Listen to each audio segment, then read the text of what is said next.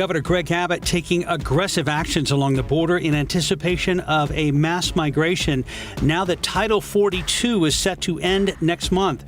Boat blockades, cargo containers, and razor wire at low water crossings, enhanced vehicle inspections, and even bus transportation will take processed and released migrants straight to Washington, D.C.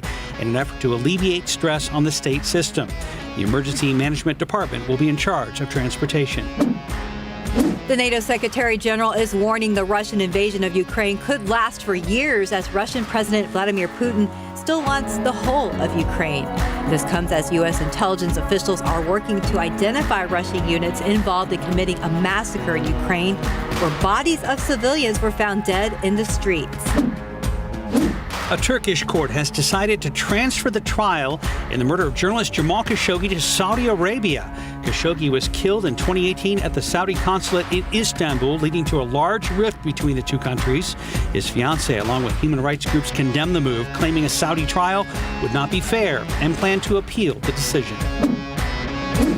Sacramento police say it is becoming more clear that gang violence was at the center of the mass shooting there this past weekend that killed 6 people and injured 12 others. Police did not say which gangs they believed were involved, but did say they believe there were 5 shooters that night. So far, 3 people have been arrested. Conspiracy theorist Alex Jones testified for 2 days this week in the defamation lawsuit brought against him by families of the victims of the Sandy Hook shootings. They're suing him for his repeated claims that the 2012 school massacre was a hoax. He said it was carried out by crisis actors. In another deposition, Jones acknowledged the shooting was real.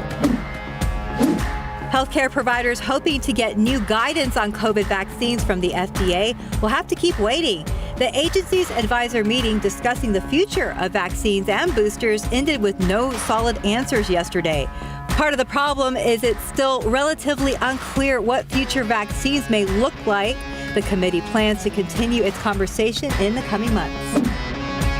A new poll found most Americans have not entirely returned to pre-pandemic life. That's according to the Kaiser Family Foundation.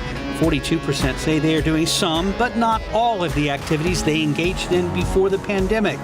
17% say they're doing very few of those activities, and 59% said people should continue wearing masks in some public places.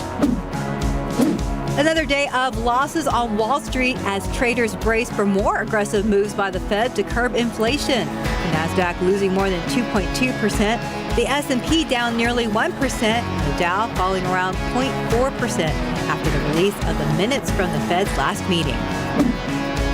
And finally, Google has pulled dozens of apps from the Google Play Store after finding a code hidden in them that could secretly harvest personal data. It was tucked into apps that have been downloaded millions of times. And that's today's 9 at 9.